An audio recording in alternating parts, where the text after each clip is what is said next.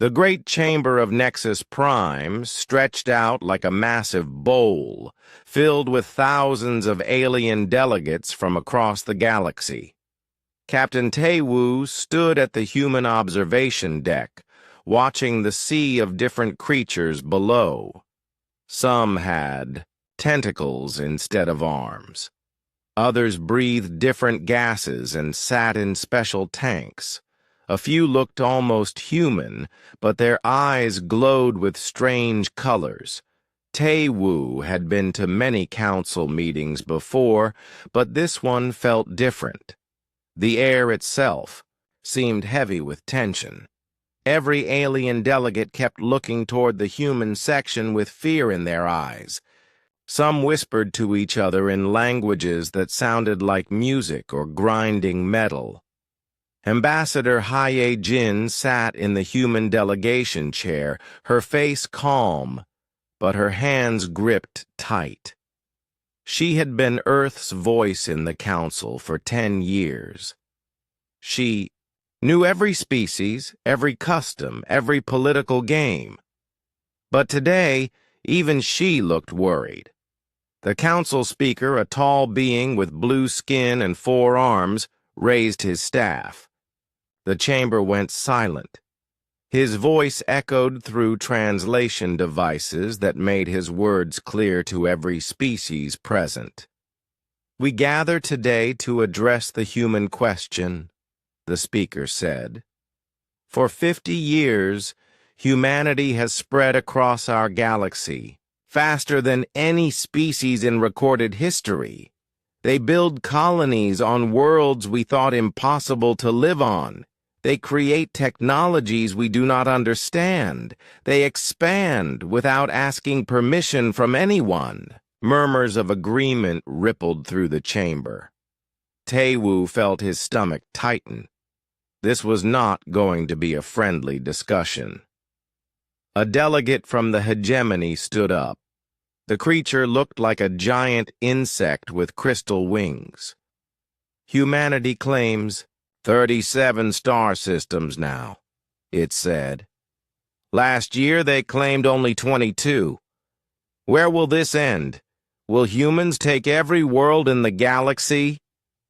Another delegate, this one covered in fur with multiple eyes, added, "Human ships appear everywhere.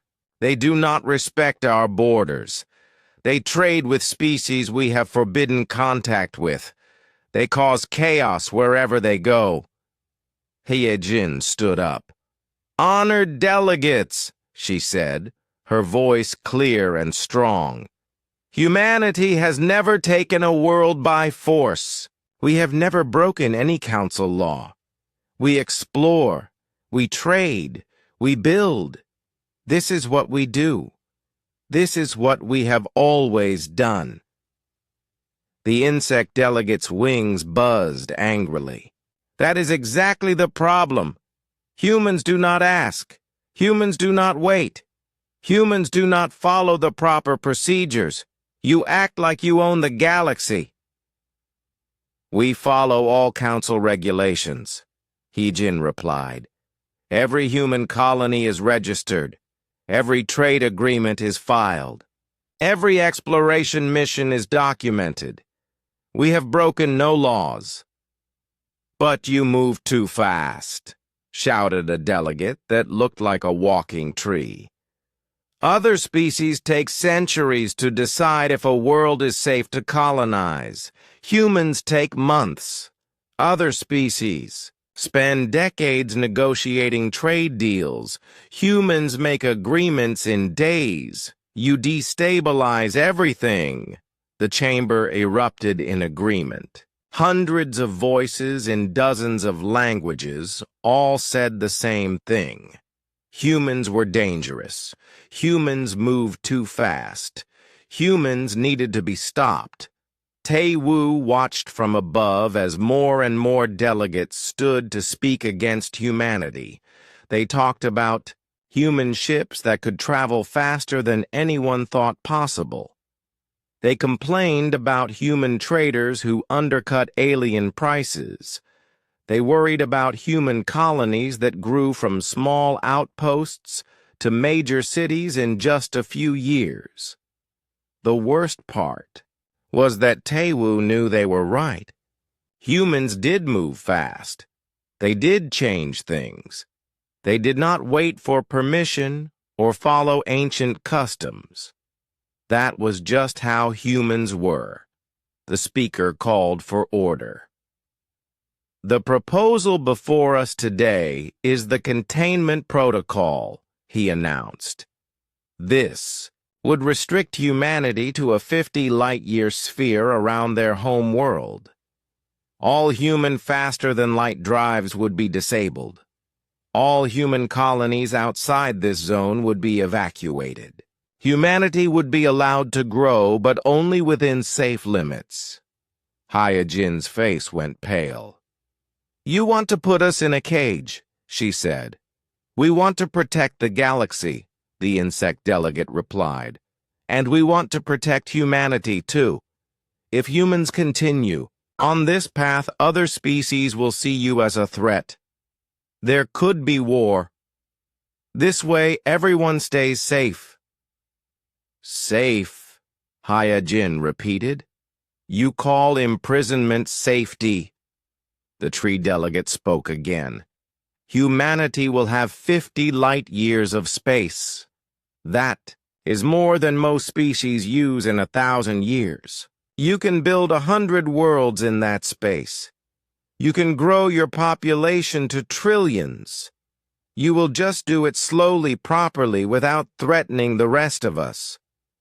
The debate continued for hours. Delegate after delegate stood to support the containment protocol. A few spoke against it, but not many. Most aliens in the galaxy had decided that humanity was simply too dangerous to run free. Finally, the speaker called for the vote. The chamber fell silent. Thousands of voting crystals began to glow around the room, red for no, blue for yes. Taewoo watched the display boards as the votes were counted. The numbers climbed steadily. Blue, blue, blue. Almost every crystal glowed blue. The few red votes came from species that traded heavily with humans or had human friends. But they were not nearly enough. The final count appeared on the main display. 847 votes for the containment protocol, 1 vote against. Only humanity had voted to stay free. The chamber erupted in celebration. Aliens cheered and made sounds of joy in their various languages. They had solved the human problem peacefully. No war would be needed. The galaxy was safe. Hyojin stood slowly. The chamber quieted as she walked to the center speaking platform. Her steps echoed in the sudden silence. "Honored delegates," she said, her voice carrying to every corner of the massive room. "Today, you have voted to cage the species that has brought more innovation, more prosperity, and more hope to this galaxy than any other. You have chosen fear over friendship. You have chosen control over cooperation." She paused, looking around at the thousands of alien faces watching her. "Humanity accepts this vote," she continued.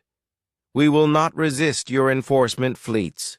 We will not fight your containment fields. But I want you to remember this day.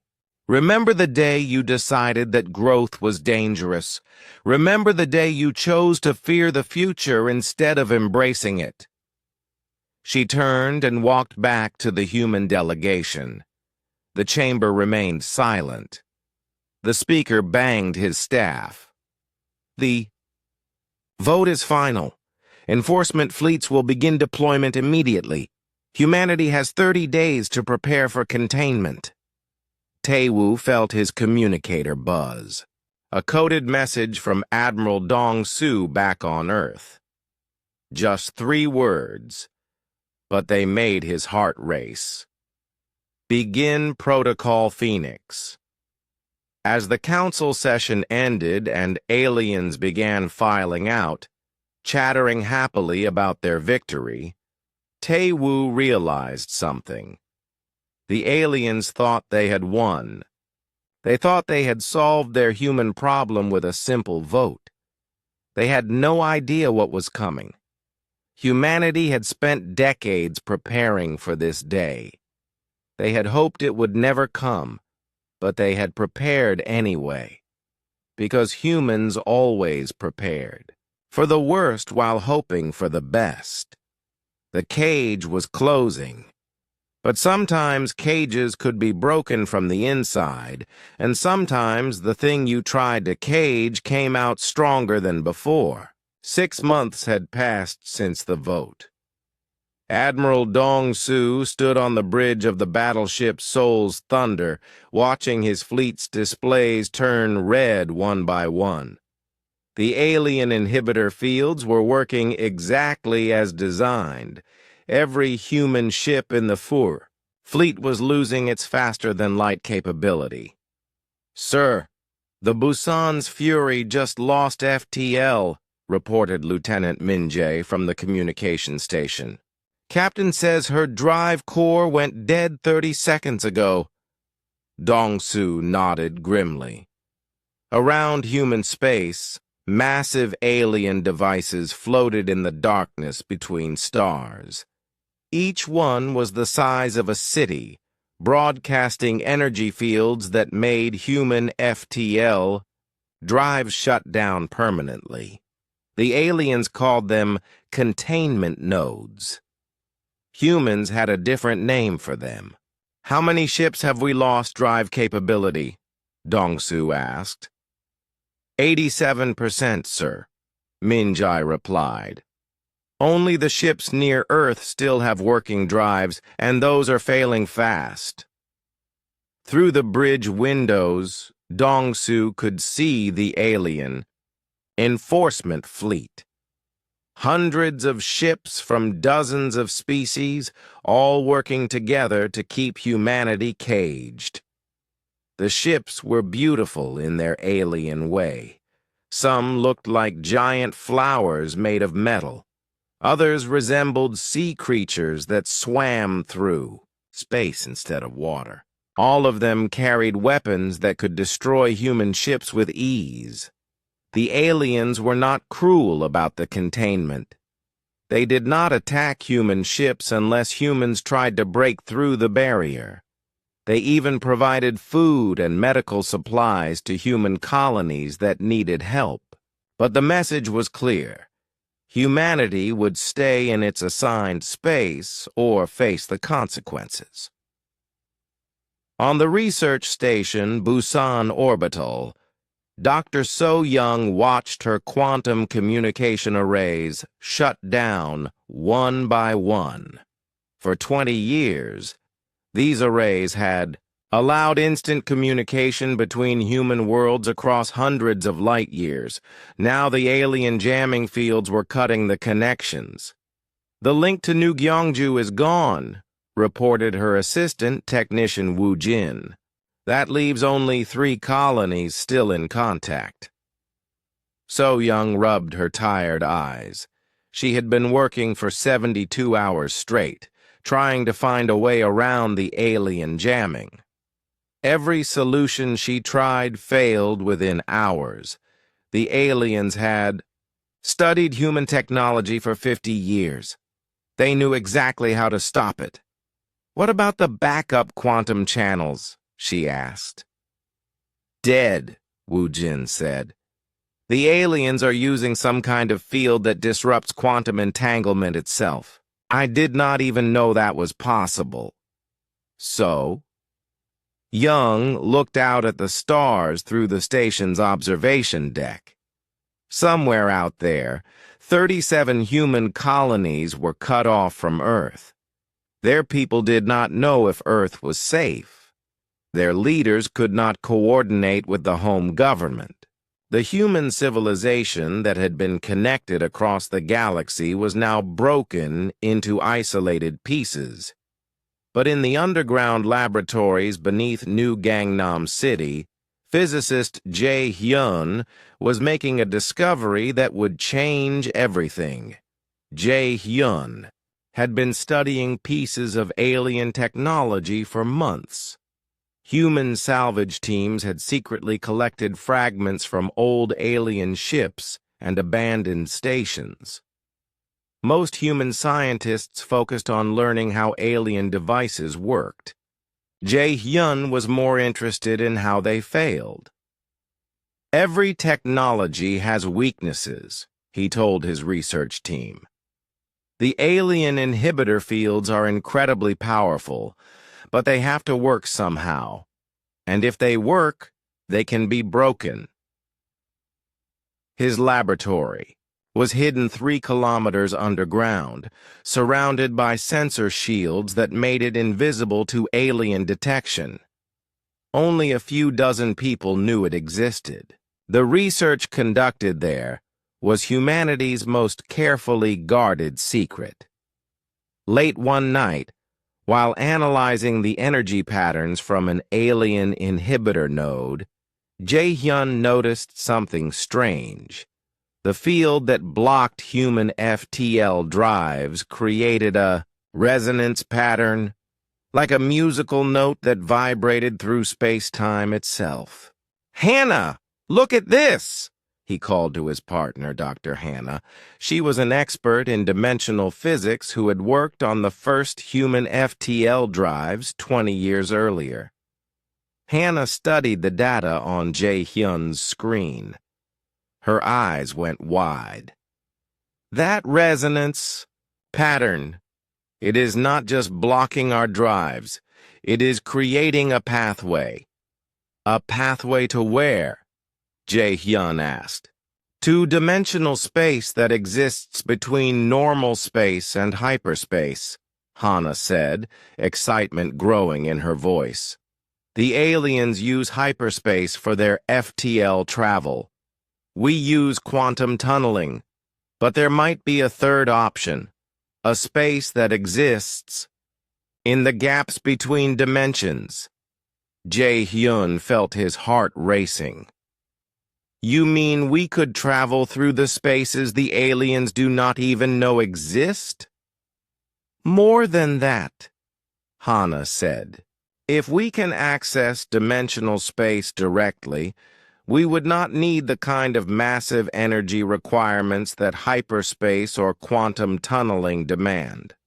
We could build drives that are smaller, faster, and completely invisible to alien detection." The body. 2 scientists worked through the night, developing theories and running calculations.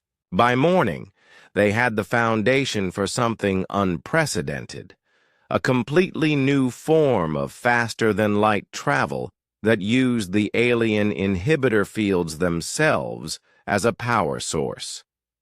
But they were not the only humans working on solutions to the containment.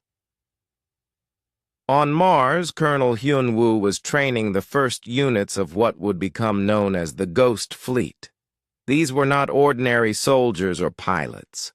They were engineers, scientists, and warriors, all combined into one. "The old ways of fighting will not work," Hyun-woo told his trainees. "The aliens have superior numbers, superior weapons, and superior technology. If we fight them directly, we lose. So we will not fight them directly." The training facility was built inside an extinct volcano, completely hidden from alien sensors. The recruits learned to build ships from salvaged materials, to modify alien technology for human use, and to think in ways that alien minds could not predict. "Humans have one advantage," Hyun-woo continued.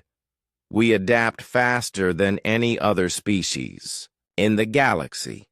They spend centuries perfecting their technology. We spend months. They follow ancient traditions. We create new solutions every day. This is how we will win.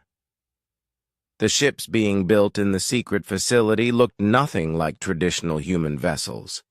They were smaller, more agile, and constructed with materials that alien sensors could not detect. Each ship was designed to carry a small crew that could live independently for months while conducting operations deep in alien space. Captain Min Ho, one of Hyun-woo's best pilots, studied the prototype ship he would soon test. It was ugly compared to the elegant human battleships, but it had capabilities no other ship in the galaxy possessed. "When do we start field testing?" Min-ho asked. "Soon," Hyun-woo replied.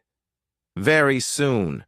Dr. Jae-hyun thinks he will have the new drive technology ready for installation within weeks. Once we can move without the aliens detecting us, the real work begins." Back on Earth, Ambassador Hee-jin met secretly with the leaders of the human government. The meeting took place in a shielded room deep under the capital city, where alien surveillance could not reach. "The containment is working exactly as the aliens planned," she reported. "Our colonies are isolated, our trade networks are broken. Our exploration has stopped completely." President Subin looked tired. The stress of the last 6 months had aged him years. "What about resistance? Are our people ready to fight back?" "More than ready," Hye-jin said. "Every human world is working on countermeasures. Every scientist is trying to break the alien technology. Every soldier is preparing for the day we can move freely again." "And the aliens? Do they suspect anything?" Hye-jin smiled for the first time in months. "They think they have won. They believe humans are just like every other species they have controlled. They expect us to accept our cage and live quietly within it. They have no idea that humans never accept limits." The meeting ended with a simple decision. Humanity would continue to prepare in secret while appearing to comply with the containment. The aliens wanted to believe they had solved their human problem. Humans would let them believe it, right up until the moment they proved them wrong. In the darkness of space, the alien containment nodes continued broadcasting their inhibitor fields. The alien enforcement fleets continued patrolling the boundaries of human space. Everything appeared calm and under control, but beneath the surface, humanity was changing. The cage was forcing them to evolve in new directions, to develop capabilities they had never needed before. The aliens thought they were preventing human expansion. Instead, they were accelerating it. 2 years had passed since the containment began. The galaxy was peaceful. Trade flowed smoothly between alien species. No reports of human expansion reached the council chambers. The enforcement fleets reported only quiet compliance from human. Space Counselor Velthar of the Hegemony congratulated himself as he reviewed the monthly reports. The insect-like being had been one of the strongest supporters of human containment. Now, looking at the data, he felt vindicated. 0 unauthorized human ships detected beyond the containment zone, he read aloud to his aide. 0 attempts to break through the barrier, 0 violations of the protocol. It seems we were right to act when we did. His aide, a younger hegemony, drone, buzzed agreement. The humans have accepted their place, Counselor. They are building quietly within their assigned space, causing no further disruption to galactic order. Velthar leaned back in his crystalline chair. Other species could learn from this example. When a civilization becomes too aggressive, too expansionist, firm action prevents larger conflicts. The human containment is a model for future peace. But Velthar was wrong. He was seeing only what humanity wanted him to see. Beneath the surface of a dozen human worlds, the greatest scientific revolution in galactic history was taking place. Engineer Yon Su stood in a hidden facility carved into the asteroid belt around Earth, watching the final assembly of humanity's first phase drive. The device looked nothing like traditional human technology. Instead of the clean geometric lines of quantum tunneling drives, the phase drive resembled organic growth. Crystalline structures twisted around metallic cores, creating patterns that seemed almost alive. The alien inhibitor fields create dimensional resonance, Yon-Su explained to the assembled team of scientists and engineers. Dr. Jae-hyun discovered that this resonance can be used as a carrier wave. Instead of traveling through normal space or hyperspace, we travel through the gaps between dimensions. Dr. Hannah, now the head of the Phase Drive project, added more details. Phase space exists in the quantum foam that underlies reality itself. Ships traveling through phase space are technically nowhere and everywhere at the same time. Alien sensors cannot detect something that does not exist in normal dimensions. The implications were staggering. Human ships with phase drives would be completely invisible to alien detection.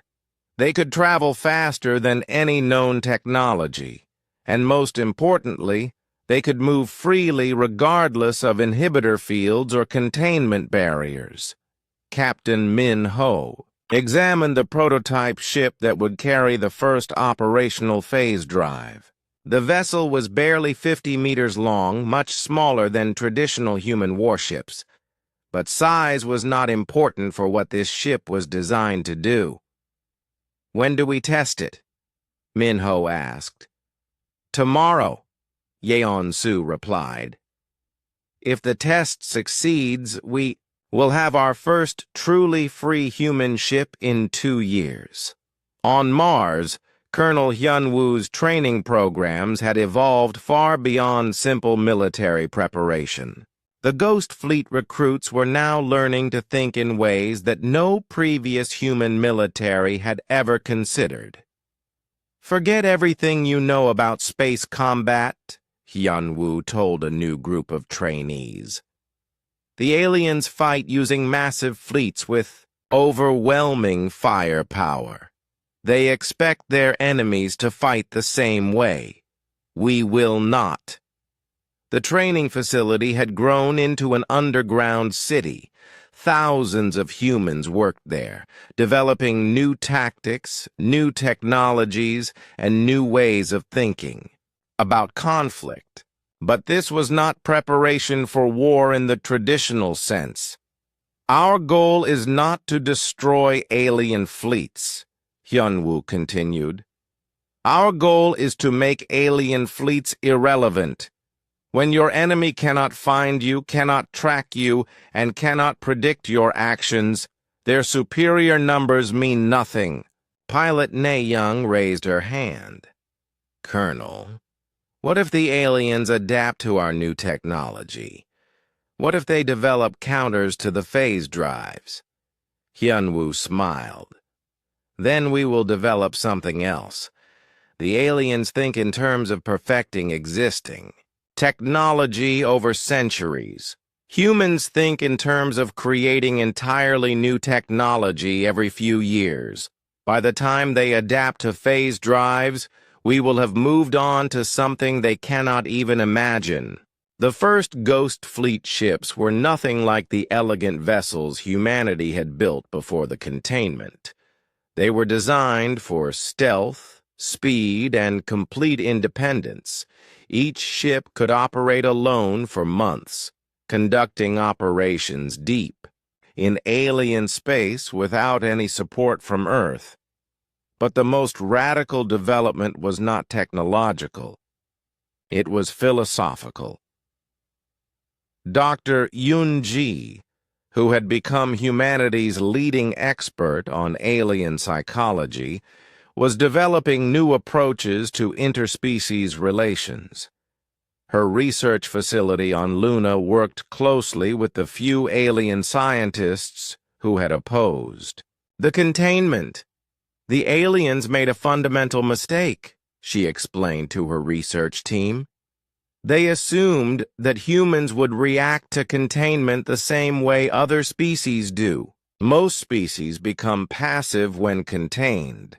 They accept their limits and live within them. Humans do the opposite. Her research showed that human psychology was unique in the galaxy. Where other species saw barriers, humans saw problems to solve. Where other species accepted limitations, humans worked to overcome them. The containment had not made humans passive. It had made them focused. Every human world is now working on the same goal, Dr. Yun-ji continued. Breaking free. This kind of unified effort has never existed in human history. The aliens have accidentally created the most motivated human civilization that has ever existed. The research extended beyond psychology into practical diplomacy. Dr. Yun-ji was developing new communication protocols that could bypass alien jamming systems. When humans finally broke free of containment, they would need to negotiate with alien species that had supported their imprisonment. We cannot simply break out and expect the galaxy to welcome us, she said. We need to change the fundamental assumptions that led to containment in the first place. We need to prove that human expansion benefits everyone, not just humans. On the isolated colony world of New Busan, director Sang-wook was proving exactly that point.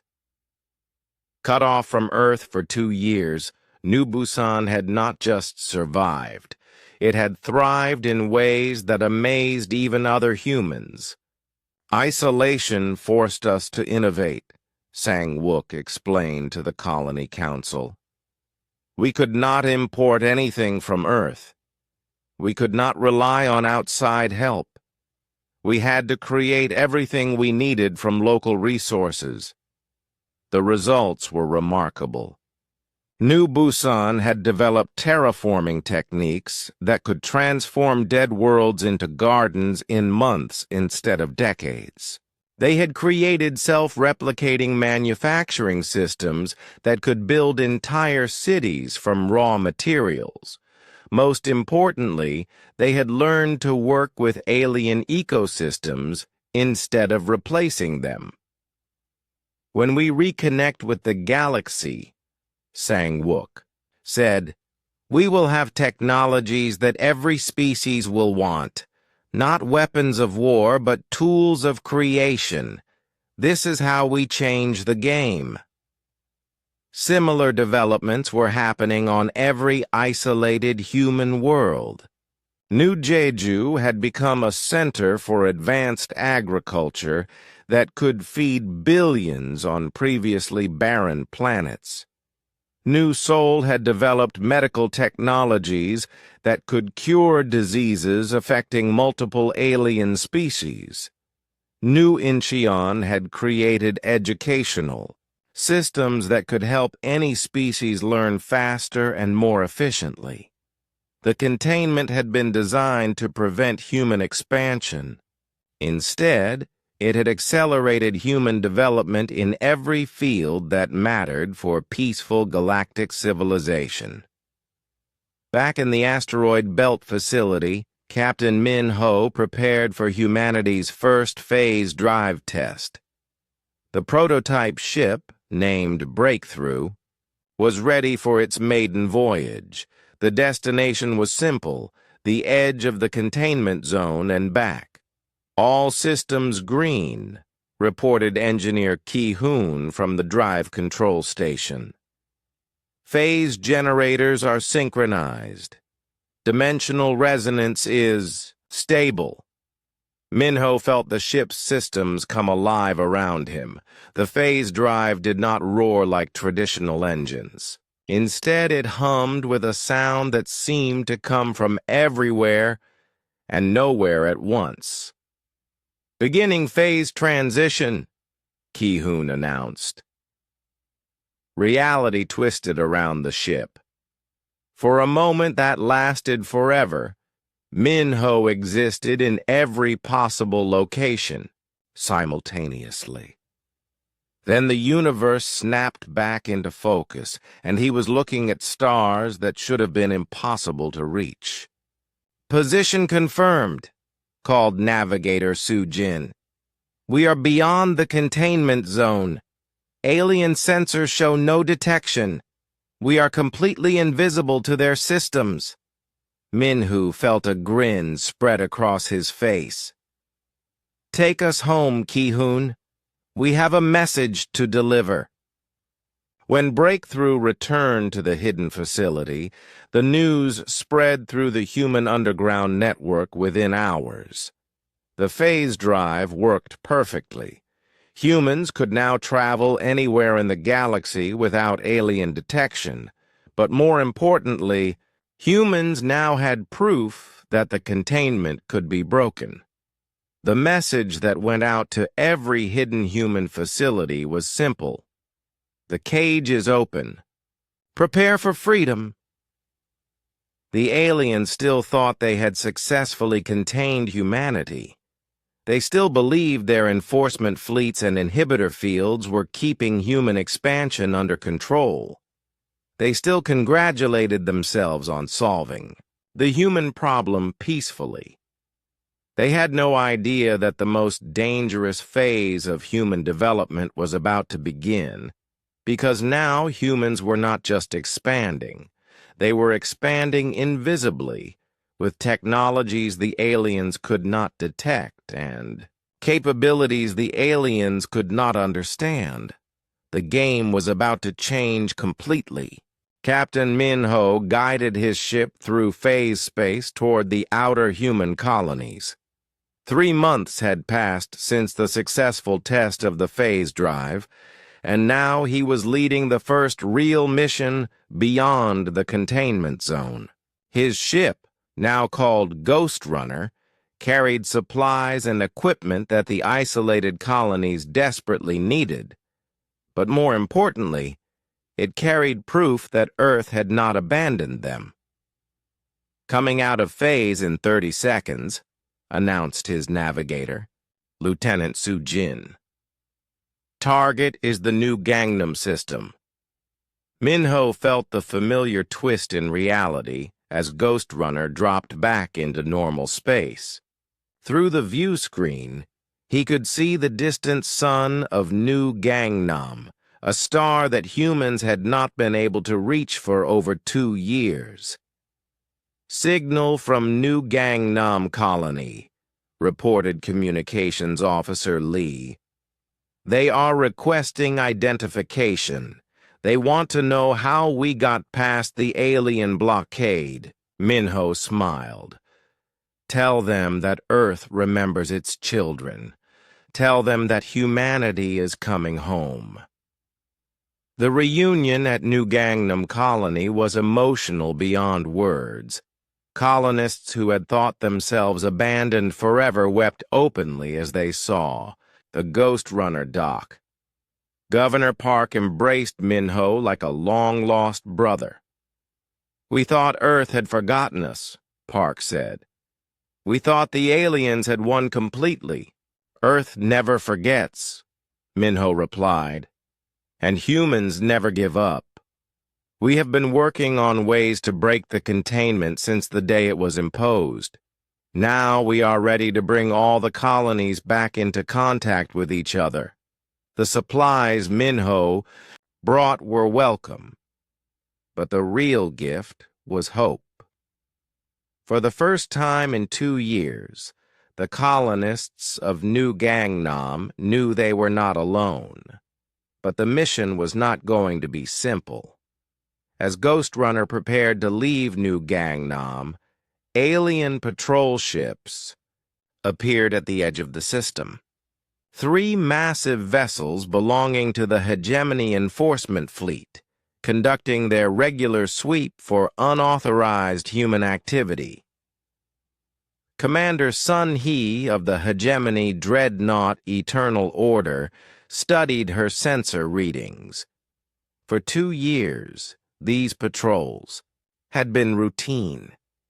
Human space was quiet. No ships tried to break through the containment. No signals were detected beyond the barrier.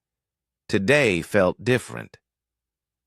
"Commander," reported her sensor officer, "we are detecting unusual energy readings from the New Gangnam system."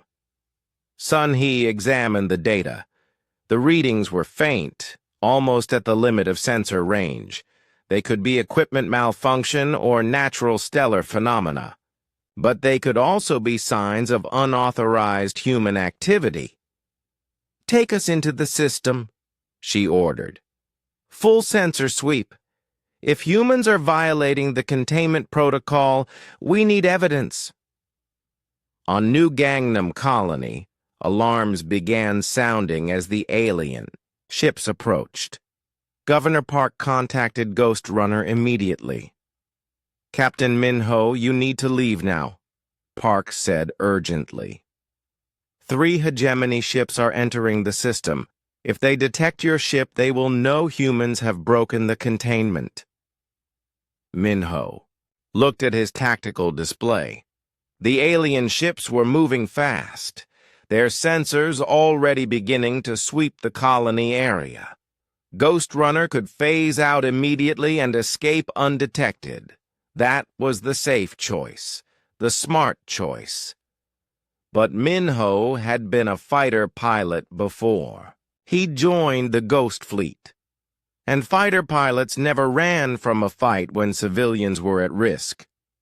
"If we run, they might take their suspicions out on the colony," he said to his crew. "They might decide that New Gangnam needs closer supervision. They might even relocate the colonists to prevent future contact." Sujin looked at him with concern. "Sir, our orders are to avoid detection at all costs. We are not supposed to engage alien forces. Our orders are to protect human interests," Minho replied. "Right now, that means protecting this colony."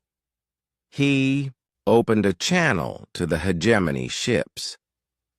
"Alien vessels, this is Captain Minho of the human ship Ghost Runner. You are entering human space without permission. Withdraw immediately or face the consequences." The bridge fell silent.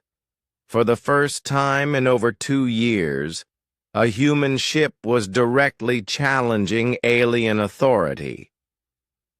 Commander Sun Hee stared at her, communications display in shock.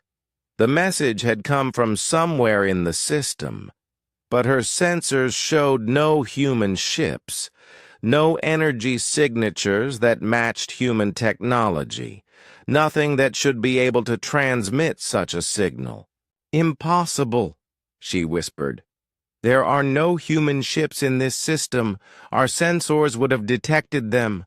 Her tactical officer, a young hegemony drone named Kix, buzzed nervously. "Commander, should we respond to the transmission?" Sun Hee considered her options. The transmission could be a trick, some kind of automated message designed to confuse them.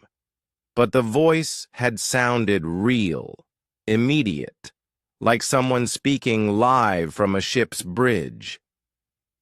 "Human vessel," she transmitted back.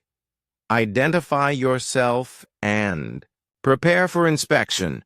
You are in violation of Council Resolution 847, the Containment Protocol. Surrender immediately. Minho's response was immediate. We do not recognize the authority of the Containment Protocol. Human ships will travel where they choose. Your presence here is an act of aggression against a peaceful human colony. Sun-Hee felt her anger rising. The human was speaking to her as if she were the one violating galactic law. As if the Containment Protocol was not legitimate. As if humans still had the right to move freely through space. You will surrender now, she transmitted, or we will open fire. You are welcome to try, Minho replied. That was when Sun-Hee made her fatal mistake. Instead of retreating and reporting the contact to higher command, she decided to prove human weakness once and for all. She ordered her ships to attack. All weapons, target the source of that transmission, she commanded. Show these humans that the containment is not optional. The three hegemony ships opened fire with everything they had. Energy beams and missile salvos filled space around New Gangnam Colony. The attacks were so intense that they lit up the night sky on the planet below. But they hit nothing. Ghost Runner was no longer where it appeared to be. The ship was phasing in and out of normal space, existing just long enough to fire and then disappearing before return fire could reach it. To the alien sensors, it was like fighting a ghost. Minho's weapons were unlike anything the hegemony had seen before. Instead of the energy beams or kinetic projectiles that most species used, Ghost Runner fired phase torpedoes that materialized inside enemy ships and exploded from within. The first torpedo struck Eternal Order's engine section. The explosion tore through the ship's power systems, leaving it drifting helplessly. The second torpedo hit the ship's command center. Commander Sun-Hee had just enough time to realize that everything she thought she knew about human capabilities was wrong. Then her ship exploded around her. The other two hegemony vessels tried to retreat, but phase torpedoes were faster than conventional drives. Within minutes, all three alien ships were destroyed. The debris field around New Gangnam would puzzle alien investigators for years to come. Minho felt no satisfaction from the victory. Destroying alien ships meant that the secret phase drive technology was no longer secret. It meant that the galaxy would know humans had broken their containment. It meant that everything was about to change. Send a message to Earth, he told his communications officer. Tell them that first blood has been drawn. Tell them that the aliens now know we are free. But before his transmission could reach Earth, the news was already spreading across the galaxy in a different way. Commander. Sun-Hee had managed to send one final message before her ship was destroyed. A message that reached every alien fleet, every council member, every species that had voted for human containment. The message was simple but terrifying. Human ships have technology beyond our understanding. The containment has failed.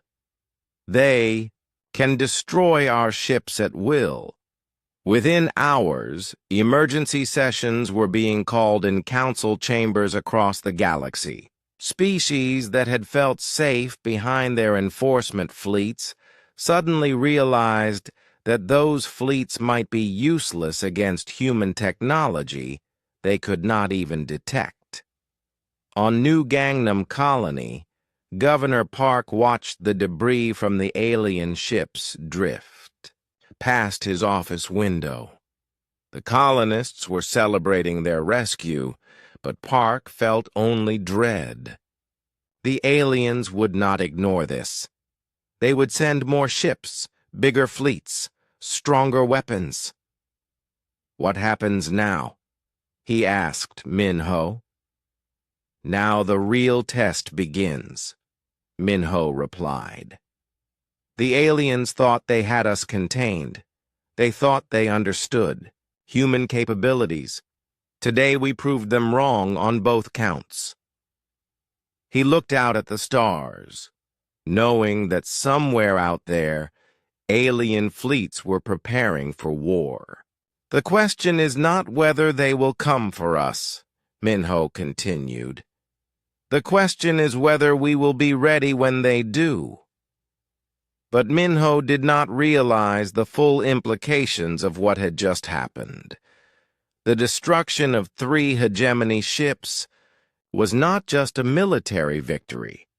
It was a message to every species in the galaxy that the rules had changed.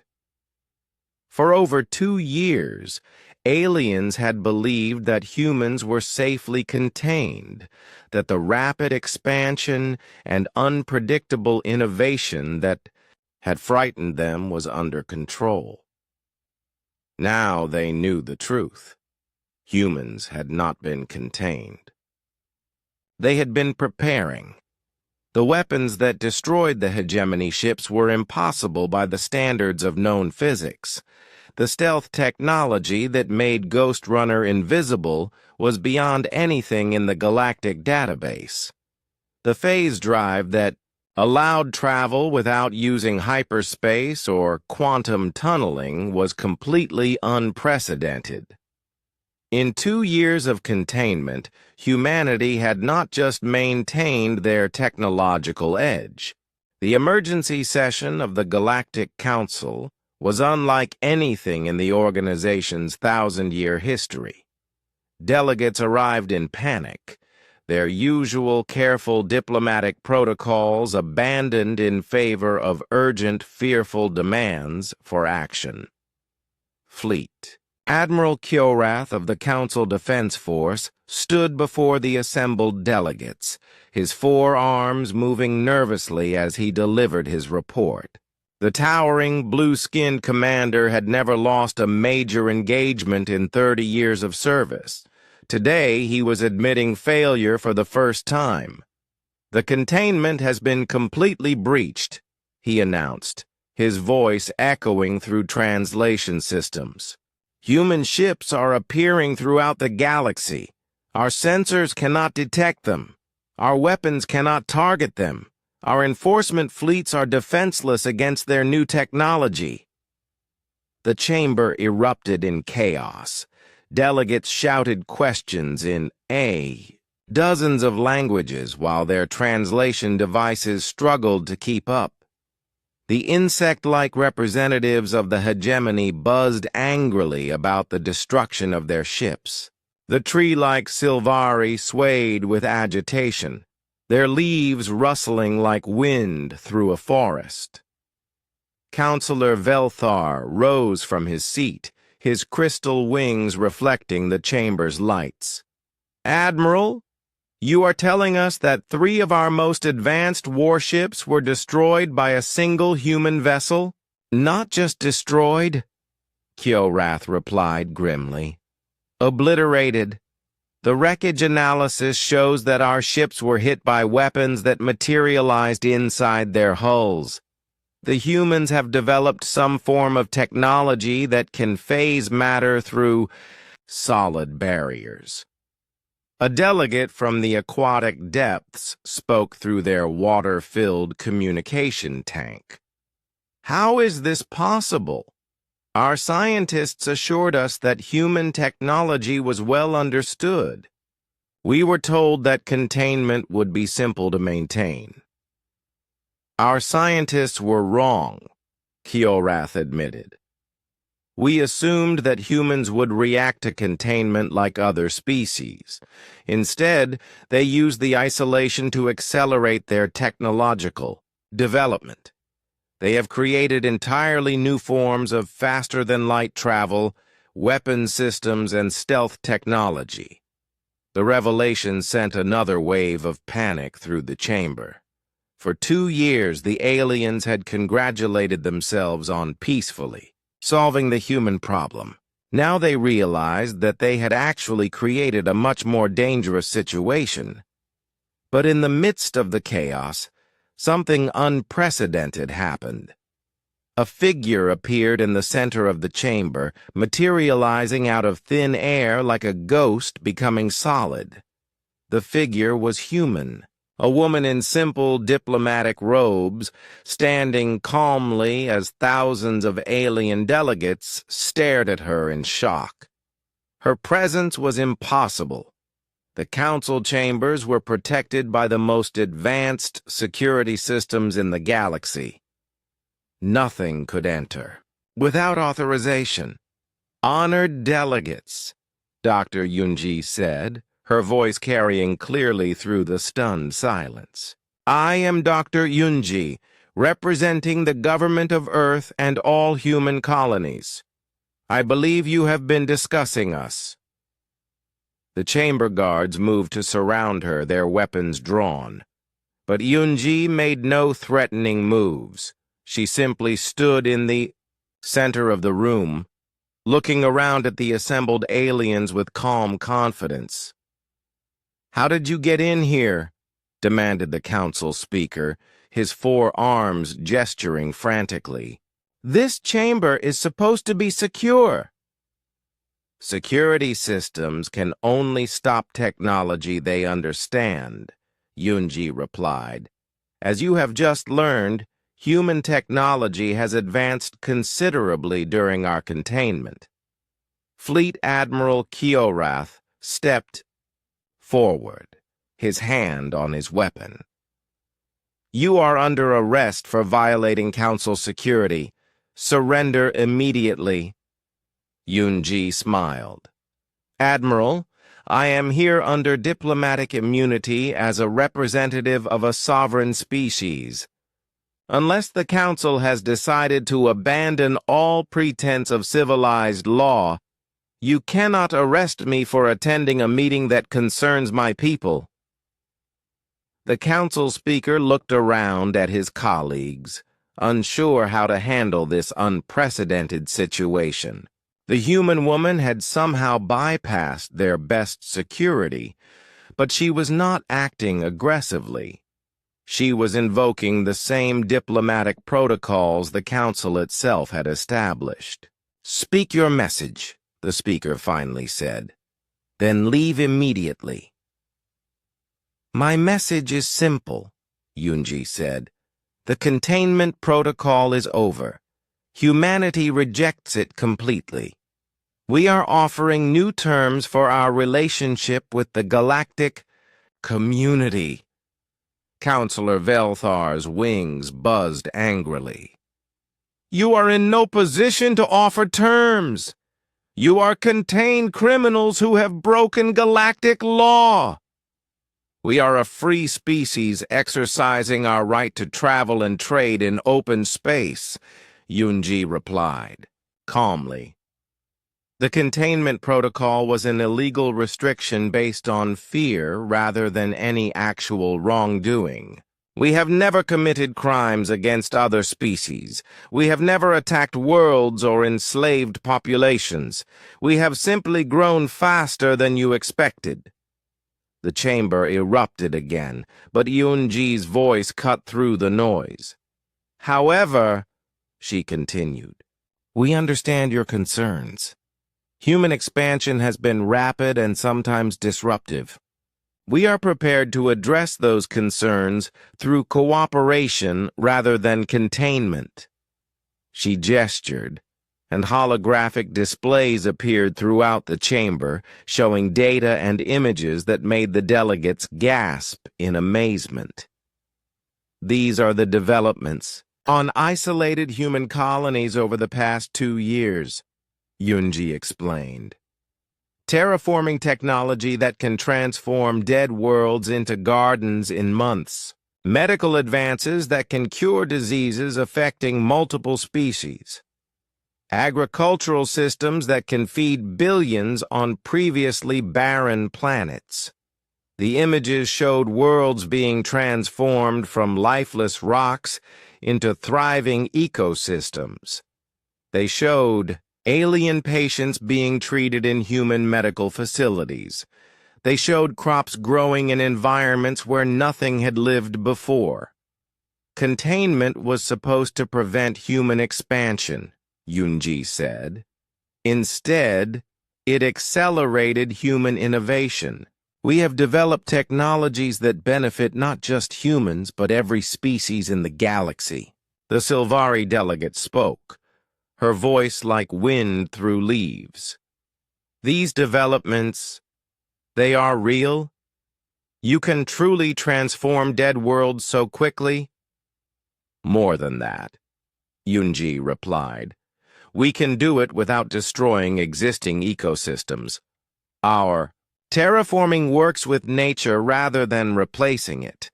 Worlds that seemed lost to pollution or war can be healed. The aquatic delegate in the water tank bubbled with excitement. Our homeworld. The oceans are dying from ancient contamination. Your technology could save them.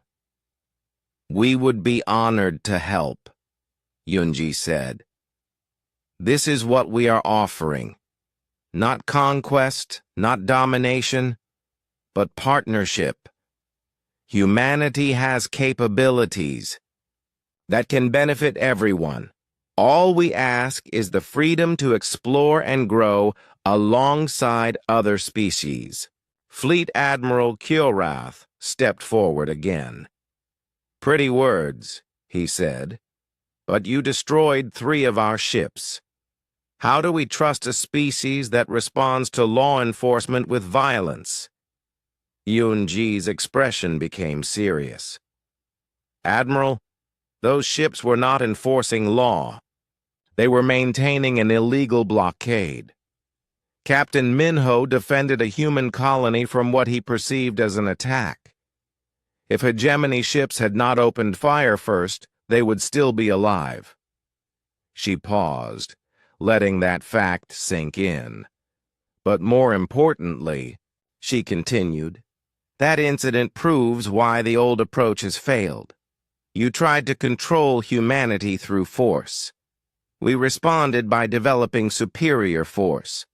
This cycle will only escalate unless we find a better way. The chamber fell silent as delegates considered her words. The humans had indeed demonstrated that they could defend themselves against the galaxy's most advanced military forces. Continuing, the containment would require massive warfare that might not even succeed. Counselor Velthar spoke reluctantly. What exactly are you proposing? The Open Galaxy Doctrine, Yunji replied. A new framework for galactic civilization where no species can be contained or restricted based on fear alone. Where expansion is regulated through cooperation rather than force. Where technological advancement benefits everyone rather than threatening established powers. She gestured again, and new holographic displays showed detailed proposals for trade, agreements, technology sharing, and joint exploration missions. Humanity offers to share our new technologies freely with any species that wants them, she said. In return, we ask for the same access to galactic civilization that every other species enjoys. No special restrictions, no containment zones, no fear-based limitations. The chamber speaker looked around at his colleagues. The proposal was radical, but the alternative was clear. Humanity had proven they could not be contained by force. They could travel anywhere, attack anyone, and remain invisible to detection. The choice was cooperation or escalating warfare. This proposal would require a complete restructuring of galactic law, the speaker said. Yes, Yunji agreed. The current system was designed for a galaxy where technological advancement was slow and predictable. Humanity represents something new. The system must adapt or become irrelevant. The Silver-Eye delegate spoke again. If we agree to these terms, how do we know humans will honor them?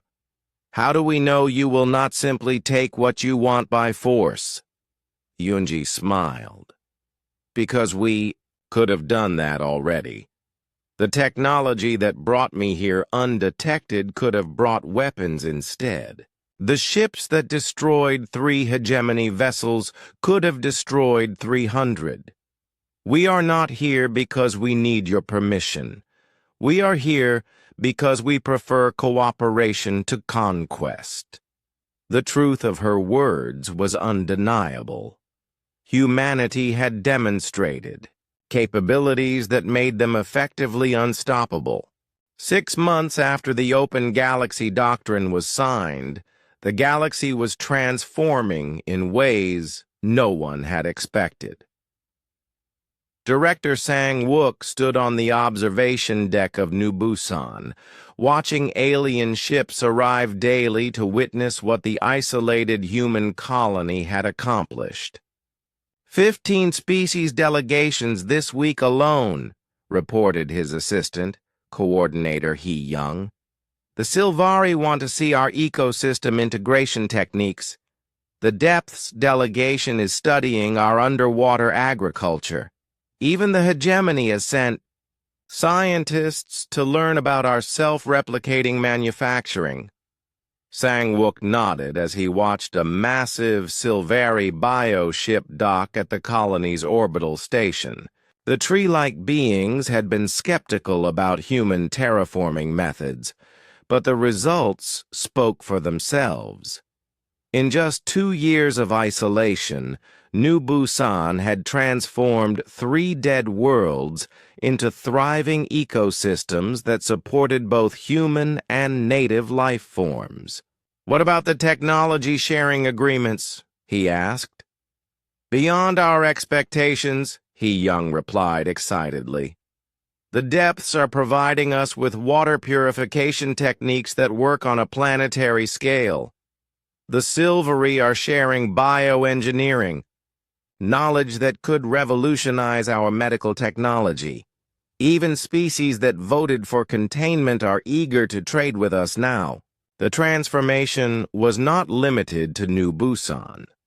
Every human colony that had been isolated during the containment had developed unique capabilities that other species desperately wanted. New Jeju had created agricultural systems that could grow food in environments previously thought impossible. New Seoul had developed medical nanobots that could repair genetic damage in any known species. But the most dramatic changes were happening at the center of galactic civilization itself. Captain Ji-won commanded the human exploration vessel New Dawn as it approached the hegemony homeworld of Crystallis Prime.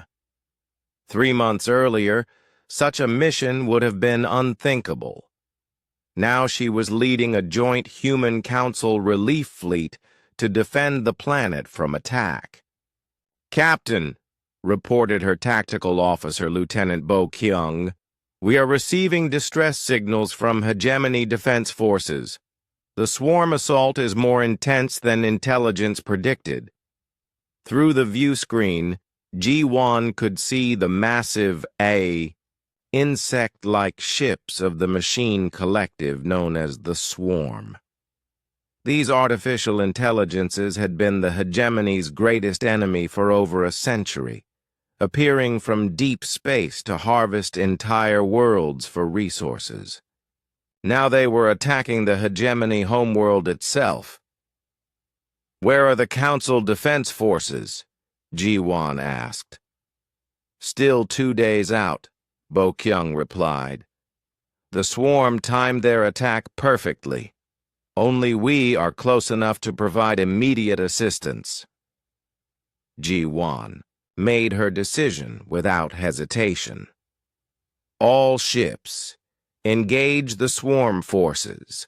Priority is protecting civilian evacuation zones. The human relief fleet consisted of only 12 ships, but they were equipped with the latest phase drive technology and weapon systems that the swarm had never encountered. As they dropped out of phase space near Crystallis Prime, they immediately began coordinating with the desperate Hegemony defenders. Commander Zixtal of the Hegemony Defense Fleet watched in amazement as human ships phased in and out of normal space, attacking swarm vessels from impossible angles. The machine's adaptive algorithms, which had been programmed to counter every known military tactic, could not adjust to attacks that came from outside normal dimensional space.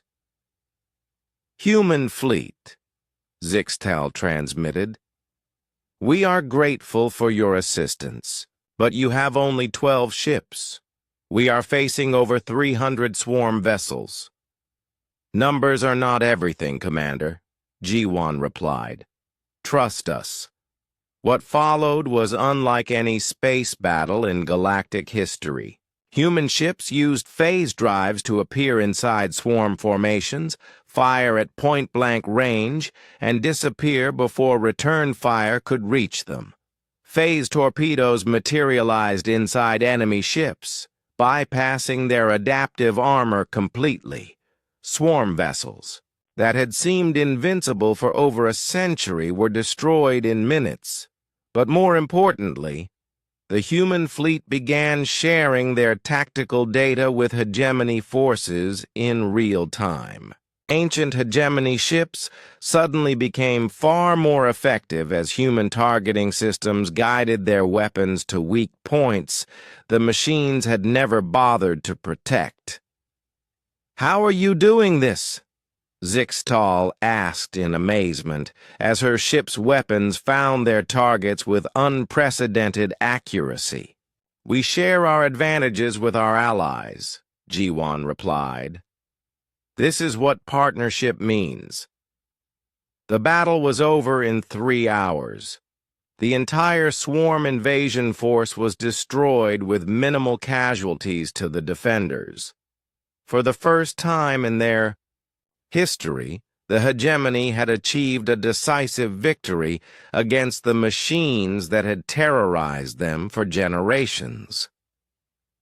As the human relief fleet prepared to depart, Zixtal sent a personal message to Ji-Wan. Captain, my species voted to contain humanity because we feared your rapid expansion would threaten our way of life. Today, you risked your ships and your lives to defend our homeworld. I do not understand your people. Ji-Wan smiled. Commander, we expand because we want to build things, not destroy them. We innovate because we want to solve problems, not create them. Your homeworld is safe, and now your people have new tools to keep it that way. This is what humans consider a successful mission. The news of the hegemony homeworld salvation spread throughout the galaxy within days. Species that had voted for containment began to reconsider their assumptions about human intentions. The beings who had seemed dangerously aggressive were now defending alien worlds from their own enemies. On Earth, Dr. Yunji met with President Su Bin and the Human Leadership Council to discuss the rapid changes taking place across the galaxy.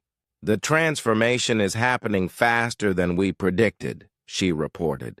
17 species have formally requested human assistance with various challenges, medical crises, environmental disasters, even military threats like the swarm attack.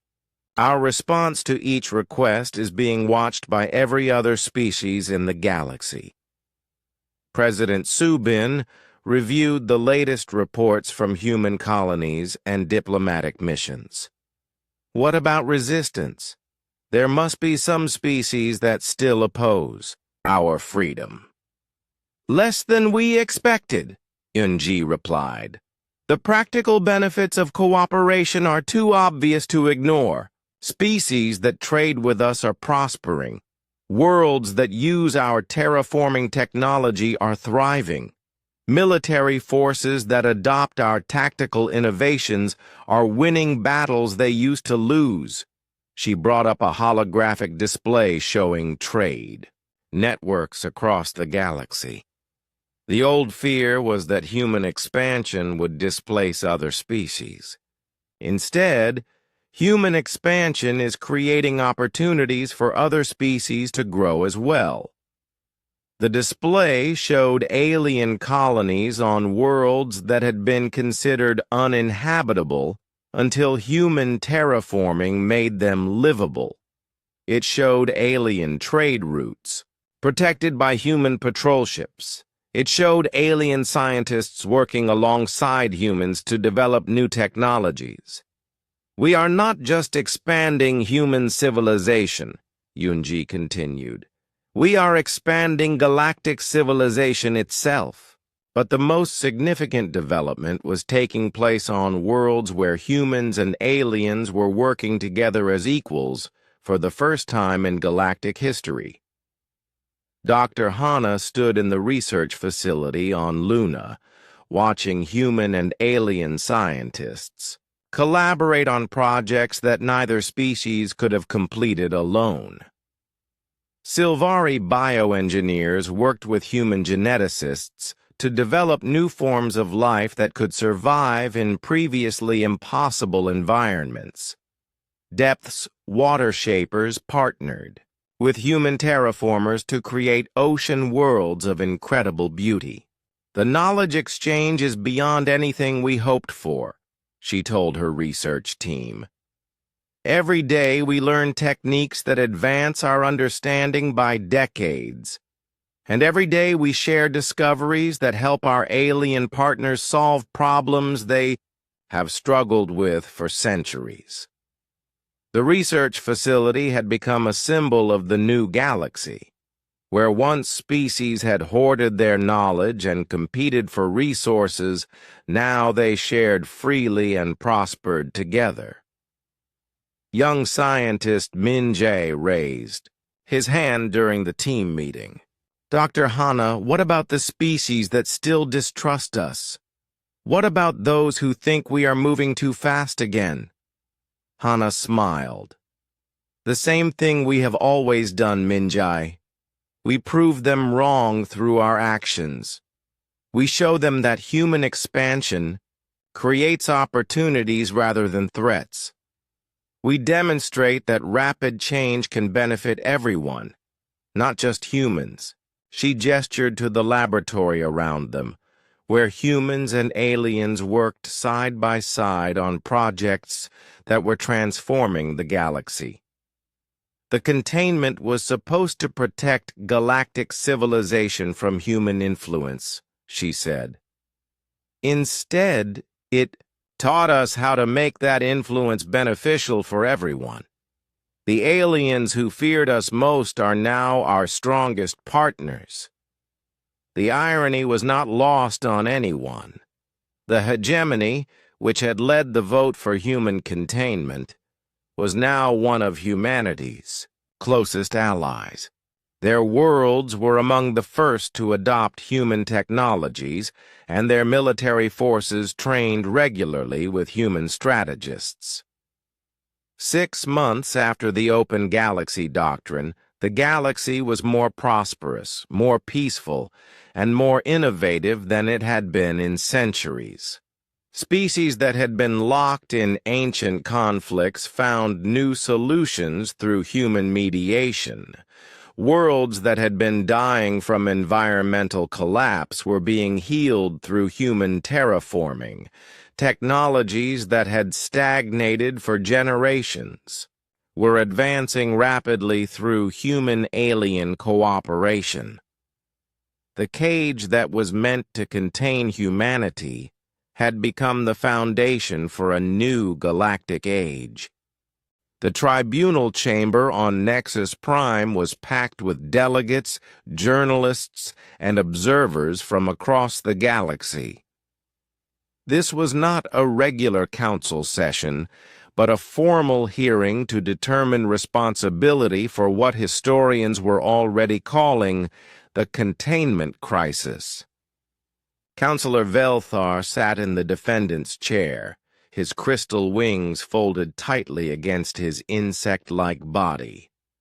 Once one of the most powerful voices in the Galactic Council, he now faced charges of abuse of authority, illegal restriction of sentient rights, and endangering galactic peace. Human historian Dr. Robin stood at the prosecutor's podium, presenting evidence that had taken months to gather from archives across the galaxy. Her calm, methodical approach contrasted sharply with the emotional chaos that had surrounded the original containment vote. "Honored Tribunal," she began. "The evidence shows that the containment protocol was not based on legitimate security concerns, but on economic and political fears that had no basis in actual human actions." She activated a holographic display that showed trade data from the 50 years before containment.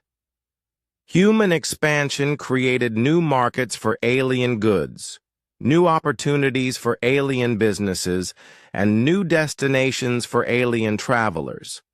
Species that traded with humans saw their economies grow by an average of 30%. The data was clear and undeniable. Human colonies had been excellent customers for alien products, not competitors trying to steal market share. Human traders had opened new routes that benefited everyone, not monopolies that excluded other species. Then why was containment proposed? Asked Tribunal Judge Kethlorn, an ancient being from the Eternal Archives whose species had maintained galactic historical records for millennia. Dr. Robin brought up new displays showing internal communications from various alien governments. The real motivation was fear of obsolescence. Established powers worried that human innovation would make their traditional technologies and methods irrelevant. The evidence was damaging.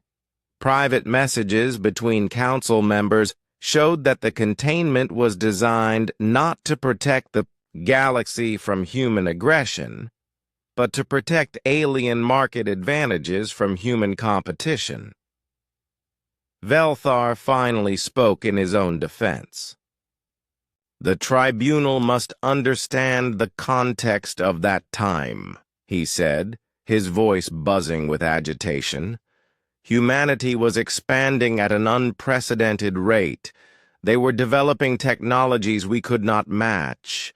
They were changing the fundamental nature of galactic civilization. And that was illegal how? Dr. Robin asked pointedly. "It was disruptive," Velthar replied weakly. Judge Kethlorn reviewed the evidence carefully. "Counselor Velthar, the records show that you personally lobbied 43 species to support containment, using arguments that you knew were false. You claimed humans had attacked alien ships when no such attacks had occurred. You claimed humans were planning to invade alien territory when human exploration was clearly peaceful. You manufactured a crisis to justify an illegal action." The tribunal chamber was silent as the weight of the accusations settled. For 2 years, the galaxy had believed that human containment was a necessary response to human aggression. Now it was clear that the aggression had come from the other side. Human delegate Bo-Ra stood to address the tribunal. Honored judges, humanity does not seek revenge for the wrongs committed against us. We seek justice and assurance that such wrongs will not be repeated. She gestured to a holographic document that appeared above the tribunal. We propose the Open Galaxy Doctrine as a permanent addition to galactic law. No species may be restricted in their movement, trade, or expansion without clear evidence of actual crimes against other species. Fear of competition or change cannot be the basis for legal action. The proposal was radical in its simplicity. For thousands of years, galactic law had been built on the assumption that established powers had the right to control newer, smaller, or different species. The Open Galaxy Doctrine would make such control illegal. Judge Kethalorn studied the proposal carefully. This would fundamentally alter the balance of power in galactic civilization. Established species would lose the ability to limit competitors through legal restrictions. Yes, Bo-Ra agreed, but they would gain something more valuable, the benefits of free cooperation instead of forced control. The evidence was already clear across the galaxy. In the months since human containment ended, every species that had embraced cooperation with humans had prospered. Trade was booming, technology was advancing, and long-standing conflicts were being resolved through human mediation. The silvery delegate stood to speak. Her species had initially supported containment, but had become one of humanity's strongest advocates after seeing the benefits of cooperation. The Silvari formally support the Open Galaxy Doctrine, she announced. Human partnership has brought our people prosperity and growth beyond anything we achieved in isolation. One by one, species delegates stood to voice their support. The depths spoke of human help in healing their polluted oceans. The mountainous clans described human assistance in developing new mining techniques that did not damage their sacred stone formations. Even former enemies praised human efforts to mediate their conflicts. The only notable absence from these testimonials was the hegemony's old guard, represented by Velthar and a few other traditionalist counselors. The evidence is clear, Judge Kethalorn announced after reviewing all testimony. The containment protocol was based on false premises and implemented through deceptive means. Counselor Velthar and his co-conspirators are found guilty of abuse of authority and endangering galactic peace. The punishment was swift, but merciful. Velthar and the other guilty counselors were removed from office and banned from holding any position in galactic government for 50 years. More importantly, all legal restrictions on human movement and expansion were permanently invalidated. But the real victory was the adoption of the Open Galaxy Doctrine. The vote was called in the main council chamber, with representatives from all member species present. The chamber that had once voted 847 to 1 for human containment now faced a very different question. The display boards lit up as votes were cast. Unlike the fearful, hurried vote for containment, this vote was careful and considered. Delegates took their time, discussing the proposal with their advisors and reviewing the evidence of human cooperation over the past months. When the counting was complete, the result was displayed for all to see. 847 votes in favor of the open Galaxy Doctrine. 1 vote against. The single opposing vote came from a minor hegemony colony that still clung to the old ways of thinking. Even Velthar's own species had abandoned his position. The chamber erupted in celebration, but this time it was not the fearful relief that had followed the containment vote. This was genuine joy at the prospect of a better future for all species. Bo-Ra stood at the center of the chamber, in the same spot where Dr. Yun-Ji had materialized months earlier. But this time she had been invited to speak. "Honored delegates," she said, her voice carrying to every corner of the vast room. "Today marks the beginning of a new age in galactic civilization. An age where differences are celebrated rather than feared, where innovation is welcomed rather than restricted, where cooperation replaces control." She paused, looking around at the thousands of alien faces watching her. The cage that was built to contain humanity has become the foundation for a free galaxy. The vote that was meant to limit human potential has created unlimited potential for all species. The celebration continued long into the galactic day. For the first time in its 1,000-year history, the Galactic Council had not just resolved a crisis, but had actively chosen growth over stagnation, cooperation over control. But perhaps the most meaningful moment came after the formal ceremonies ended. Velthar, stripped of his position, but not of his dignity, approached Bo-Ra privately. "Human delegate," he said quietly, "I owe your species an apology. We let fear guide our actions when we should have been guided by hope." Bo-Ra looked at the former counselor with genuine compassion.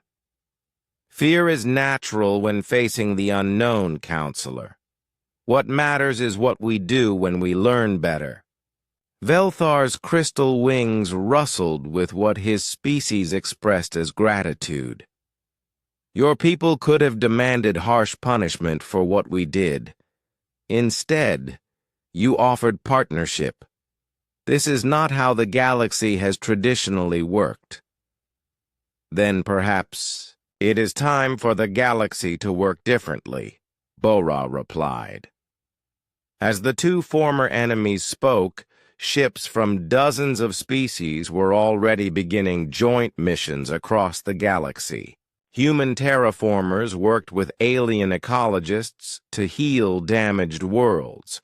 Human explorers partnered with alien navigators to map uncharted regions. Human innovators collaborated with alien researchers to solve problems that had puzzled civilizations for centuries. The containment had lasted less than 3 years. But its end marked the beginning of changes that would reshape galactic civilization for millennia to come. The vote that was meant to be humanity's ending had become everyone's new beginning. 5 years had passed since the failed containment, and the galaxy bore little resemblance to the place where frightened alien delegates had once voted to cage humanity.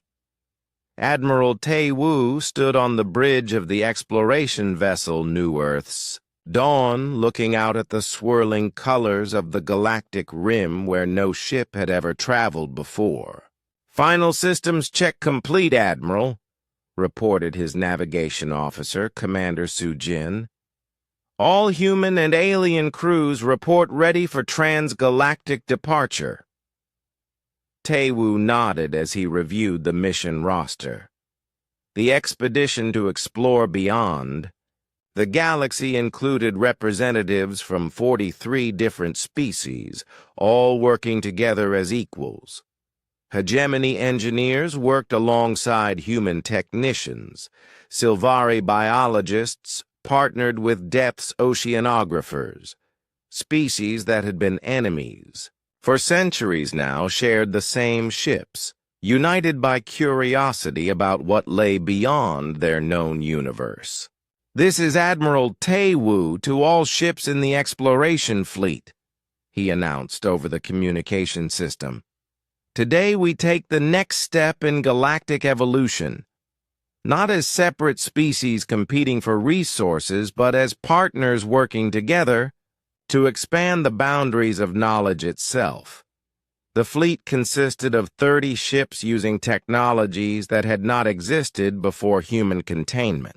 Phase drives allowed them to travel distances that would have taken years in mere weeks. Hybrid life support systems let different species live and work together in the same environments.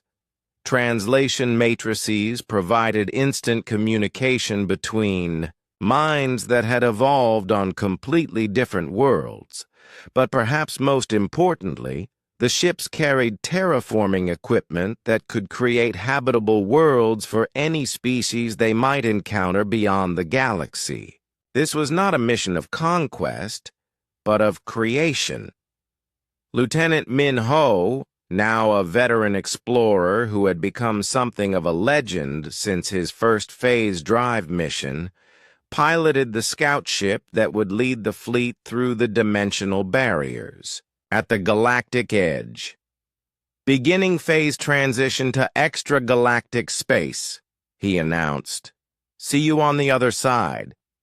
His ship disappeared into phase space, followed by the rest of the fleet.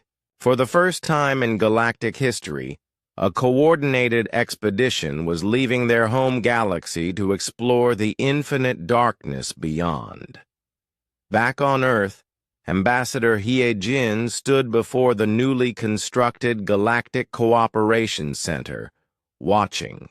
Aliens and humans worked together in ways that would have been impossible just a few years earlier. The building itself was a marvel of cooperative engineering, combining architectural styles from dozens of species into something both beautiful and functional.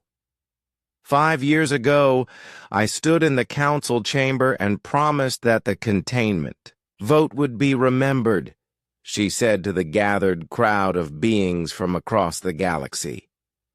Today we remember it not as a tragedy, but as the beginning of the greatest age in galactic history. The celebration was marking the 5th anniversary of the Open Galaxy Doctrine, and the achievements of those 5 years were staggering.